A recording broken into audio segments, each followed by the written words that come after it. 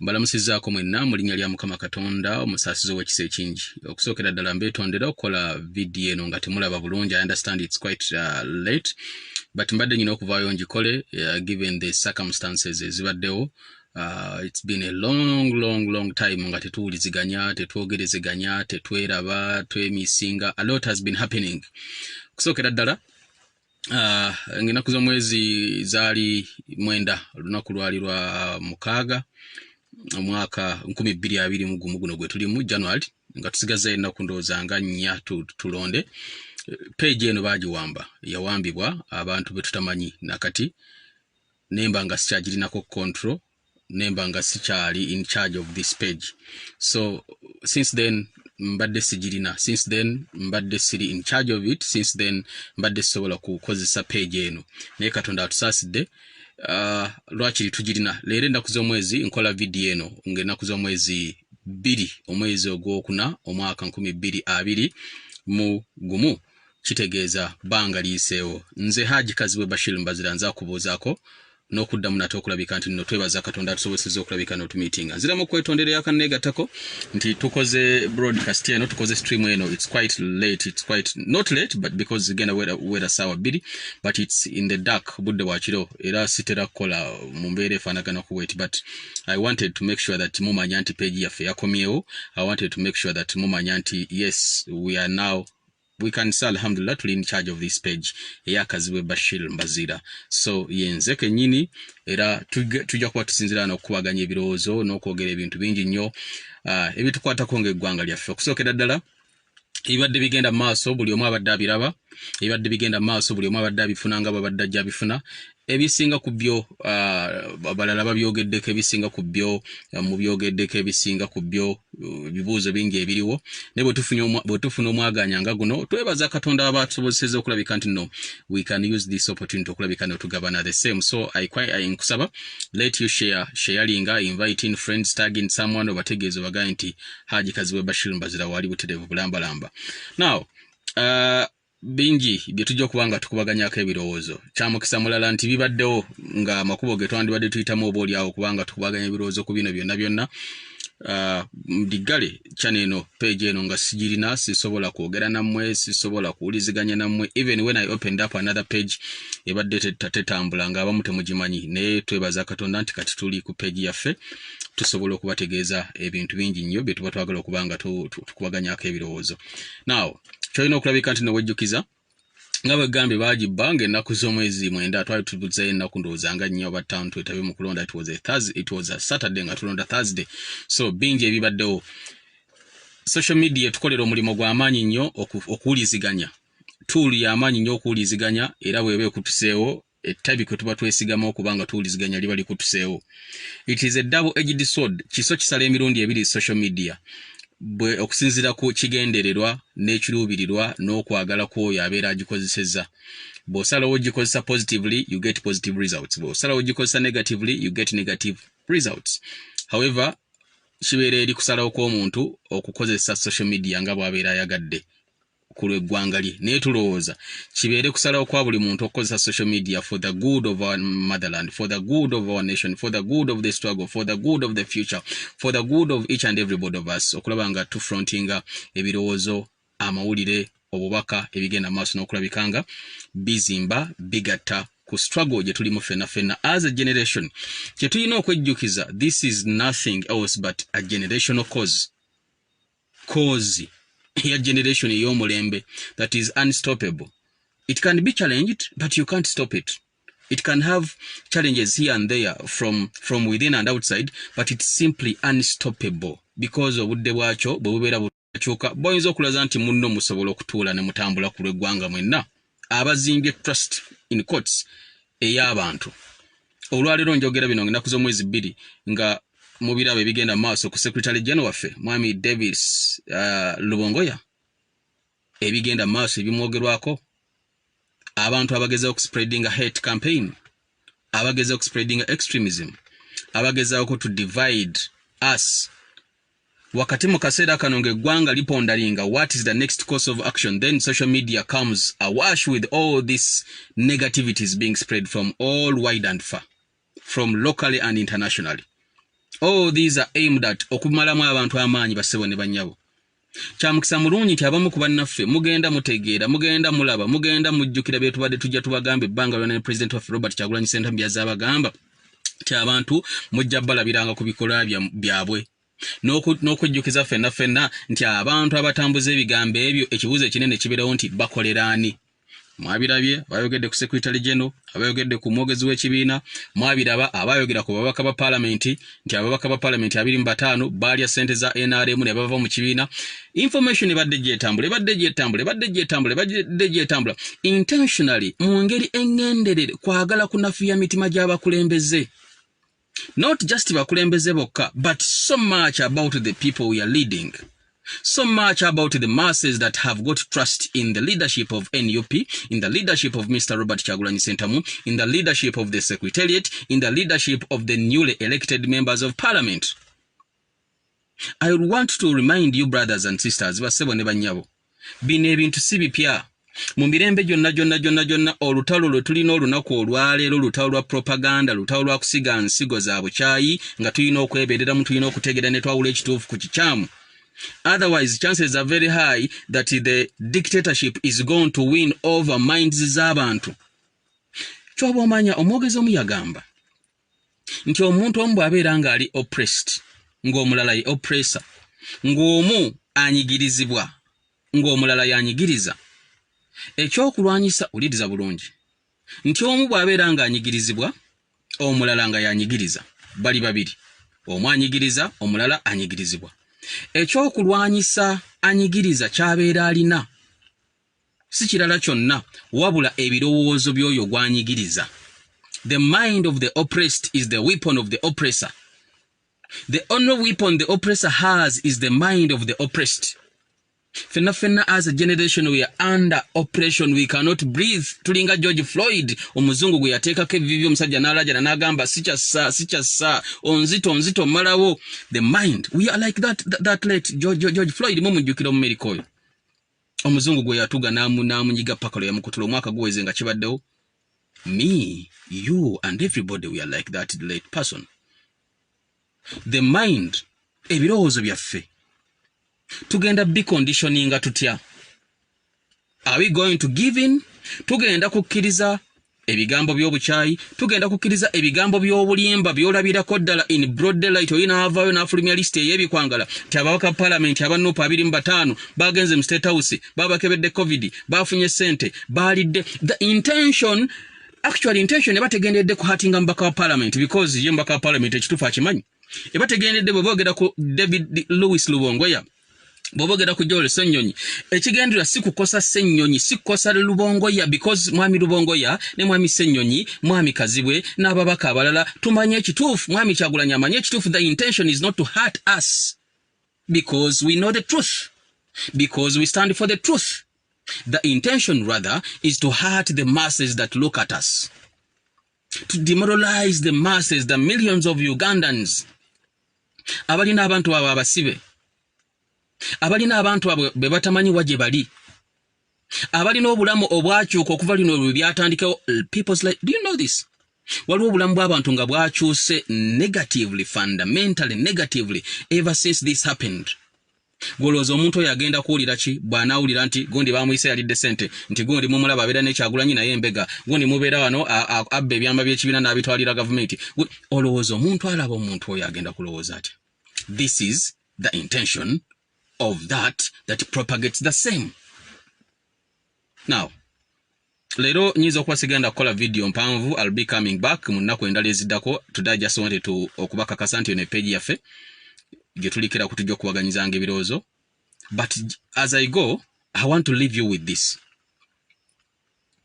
Eno struggle gye tulimu nze naawe ne mwami Kyagulanyi atukulemberamu ne bakama baffe abakulembeze ba NUP executive board, ba mwami Lubongoya, ba mwami Ssenyonyi, ba Alex Waiswa Mufumbiro n'abantu abalala n'abalala bemumanyi n'abalala bemutamanyi nga be bakulembedde ekibiina kya NUP, naffe ababaka ba Parliament, National Unity Platform, Parliamentary Caucus ne bakansala baffe n'abalala.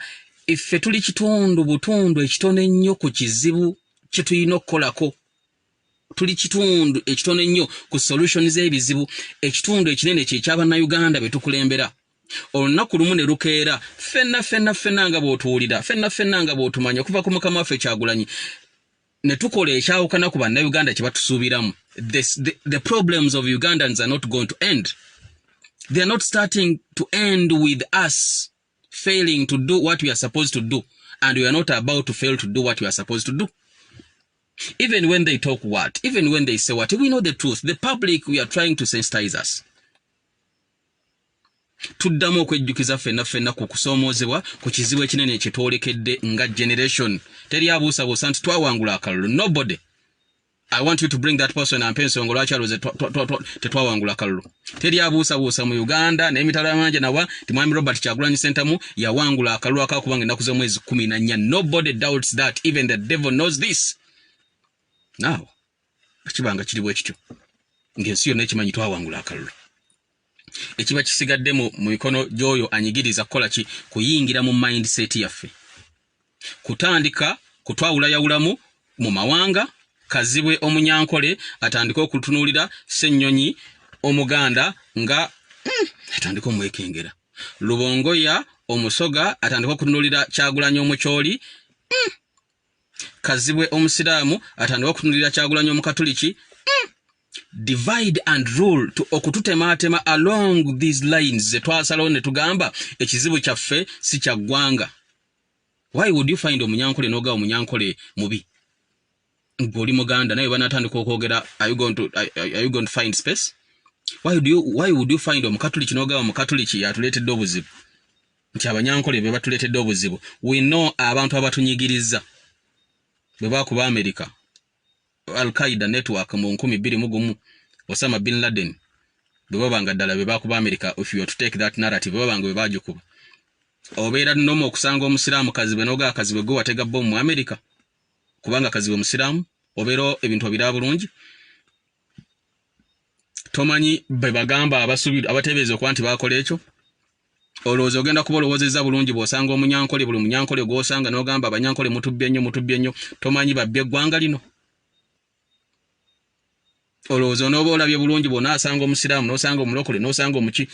Guys, as we are looking at a generation etugasse fenna okuva mu background zaffe ez'enjawulo egasse omuyimbi Kyagulanyi Ssentamu n'emusisinkanya munnamawulire Kazibwe Bashir, egasse munnamateeka David Louis Lubongoya n'emugatta ne munnamateeka ne munnamateeka Alex Waiso Mufumbiro okuva e Busoga.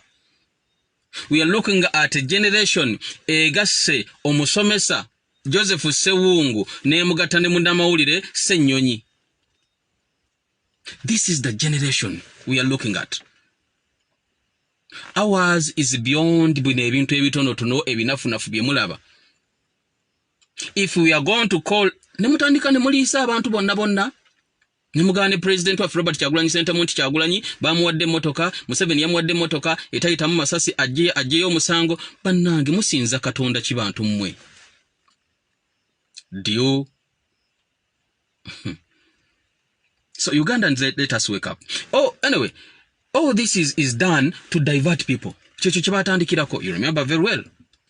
President we yabeera accountable enough n'atulaga emmotoka ne bagandoza mulaba aleese emmotoka era Museveni yamuwadde emmotoka teyitamu masasi omusango agujjeeyo. Kiki kye mutaalaba ku musango n'engeri kooti gye yeeyanikamu emisana tukuba na Uganda mulyoke mwogerere president waffe nti yafuna emmotoka n'ajjayo omusango. Kiki kye mutaalaba n'omulamuzi kye yakola ku ssaawa eyali esembayo omulamuzi omukyala ne Owinyi Dolo bye yamukola n'amubbako fayiro era Kyagulanyi yamutuma.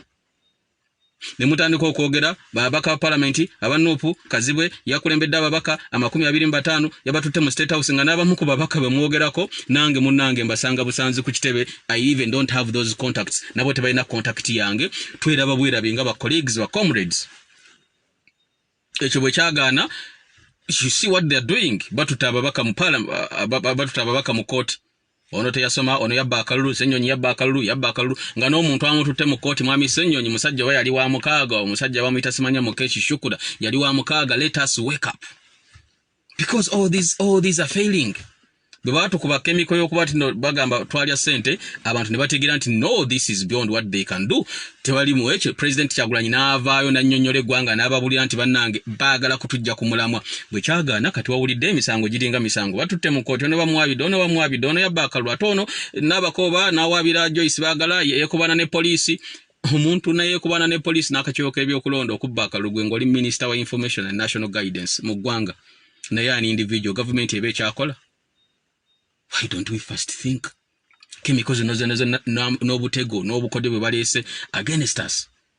Bagenda olaba tebikoze Kazibwe ne banne ababaka parliament tukola mirimo gyaffe nga bwe tuteekedde okulabika nga tugikola a chemical gye bakubya abantu egaanya okwata abantu bategedde nga bagamba oke kati tugende ku Ssaabawandiisi w'ekibiina tugende ku David Lewis Lubongoya tugende ne ku mwogezi kati bwe bamala okukola ekyo baba basigazaaki nkulaze mwami Kyagulanyi gwe batandikirako nti baamuwa emmotoka bwe bamala okukola ekyo baba basigazaayo ki. Even when they burn us alive, even when they strip us naked on the streets of the capital Kampala, they are not going to strip our mind, they are not going to burn our souls. Even when our souls are burnt to ashes, the grievances, the pain, the suffering, the trials of the common man are not going to be burnt because we are born by these common people. I told you, even if the new leadership is nemujukube nemujonona nemujogerera byonna akatondotondo k'abantu akatonda ennyo ne kagezaako okukkiriza ebyo ebbanga ebizibu ebiruma bannayuganda webanga tebinnavaawo, you are not making any inroads towards being believed. Nobody is going to believe you. With the way you can disarm Kazibwe, if you want to disarm me, I give you a solution on how to disarm me. Personally, I don't know others, but I believe it's almost the same because we are fed, we are drinking from the same cup. Tunywera ku kikupo kyekimu ekyokulowooza, tusula mu buliri bwe bumu obw'ebirooto, tutambulira mu kkubo lyerimu ery'ebiruubirirwa nga NUP ng'abakulembeze n'obukulembeze. Engeri gy'oyinza okundisarmingamu okunzijjako ebyokulwanyisa and you keep me silent, do these following things. 1. Leeta enfuga enkulembera ennungi egoberera amateeka, teeka ekitiibwa mu ssemateeka. Wuliriza abantu kye bagamba. Respect the rule of law. Respect the constitution. Abantu abawambiddwa bakomyewo. Lekeraawo okuwamba abantu. Teeka eddagala mu malwaliro. Lwanyisa enguzi. Va mu bukulembeze kubanga abantu bakooyi. Eggwanga liddiza abantu abasobola okulitambuza ku birooto ne ku birowoozo byabwe, so si ku birowoozo n'ebirooto by'abantu sekinoomu. Then I'll have nothing to say. Njakeera ku makya noonya omulimo ku radio nzire ku radio nkole. Ate nga nkuba music. Bw'onookola ebyo ne bimala bikolebwa njakeera ku makya noonye radio yonna nsaba omulimo nzireyo nkole ku radio ate nga nkuba music kuba nja kuba sikyalina kyenjogera kyeŋŋamba bijja kuba byonna byaterera nga nkuba music Awiro Longomba nkuba zikafeero zikadongo kamu then nja kuba or even retiring back to Masaka ngende Masaka noonye tusimbe mwanyi tulime kuba nja kuba mmanyi tine mwanyi ne bwe nazirima zigenda kuba n'akatale. Ntine kasoli ne bwe namulima ajja kuba n'akatale wano n'ebweru because kasoli waffe ne bagoba ne kasoli waffe Kenya kikwewunyisa. So baseba ne banyawo, I just wanted to make a brief introduction, reintroduction okuddamu, but just to know we and the future is now. We are the generation and the generation is today. Don't accept someone okuyingira mu birowoozo by'okubuzaabuza. Tokkiriza muntu kujja ku mulamwa because bagenda kwogera kino bagenda kwogera kiri. Mbadde ekirala kyegamba okujjukiza munnange ffe be babyogerako. Mwami Kyagulanyi bye bamwogerako, mwami Lubongoya bye bamwogerako, mwami Ssenyonyi bye bamwogerako, nze Kazibwe byonjogerako, abakulembeze bye batwogerako, n'abalala baba byogera bali munda mu kibiina babali wabweru bambega bakola batyo. Munnange ffe tebitumenya. actually bwe kiba kyakummenya nze kimmenya ku lw'abantu bali nendabanga abantu nempulira ennaku ku lw'abantu baffe be tukulembera kubanga be bamenyeka. Niyo ogenda ogambe nti Kyagulanyi bamuwa emmotoka n'ajjayo omusango. Ogenda ogambe nti Lubongoya Museveni yamusindika ne Kayihura musajja atu baamuteeka dda katebe ali eri. Noga Kayihura ne gundi basindika Lubongoya ajje abege Kyagulanyira buli kigenda maaso mu kibiina Lubongoya akiwaayo mwami Lubongoya akiwaayo buterevu. Mwami Lubongoya kino tekimuluma because he knows the truth. Ne mwami Kyagulanyi tekimuluma nti abantu bakulembera nabo babogeddeko bino because they know the truth.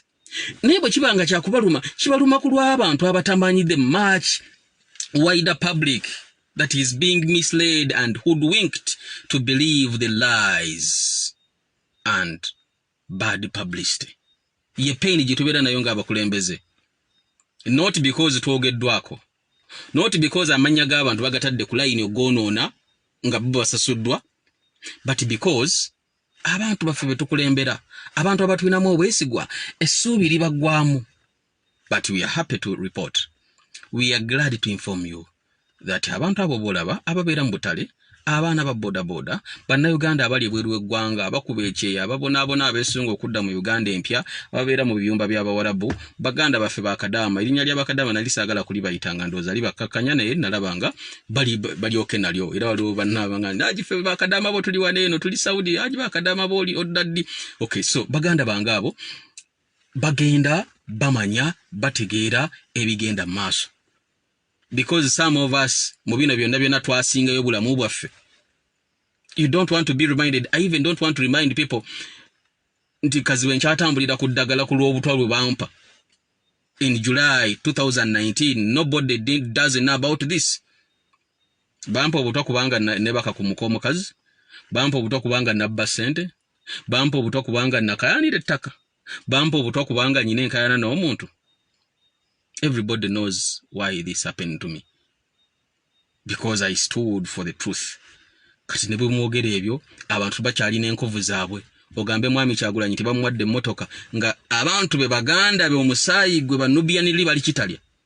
Ogambe mwami Lubongoya nti yajja kubega mwami Museveni omusajja asuula awandiika bitabo asuula ebitabo okuteekerateekera ekibiina abula kutambula na baafu mu office ateekemu ebigere mu mazzi aleme kwebaka for the struggle. So munange people bayina bye bayitamu bingi batasobola babuulira naye like I said tetubeera heartbroken because of what is said and thrown at and against us. Tubeera concerned for the much bigger public. We are in this for life because there is nothing else to have. Nze Haji Kazibwe Bashir Mbazira bagaliza kwa bulungi. Like I said, it was a brief one, but sometimes tugenda netwayamu netugenda mu maasawo netwogera bingimu olw'ensonga eziriwo. Katonda baana batusobozesezza nga tukyalina obusobozi okuba ne page eno. Tujja kuba tuwuliziganyamu, tujja kuba twogera. Just know that we are now back. Mukama abankumire mbagaliza okubeera obulungi atakumira mpeera abawe omukisa. Assalamu alaikum wa rahmatullahi wa barakatuh. Ekyo nno kitegeeza nti salaamu etegeeza nti okusaasira n'emirembe gya Katonda bibeere ku ggulu okuba tukyogera mu Luwarabu, but may the peace, blessings and protection of the Almighty be upon you. God bless you.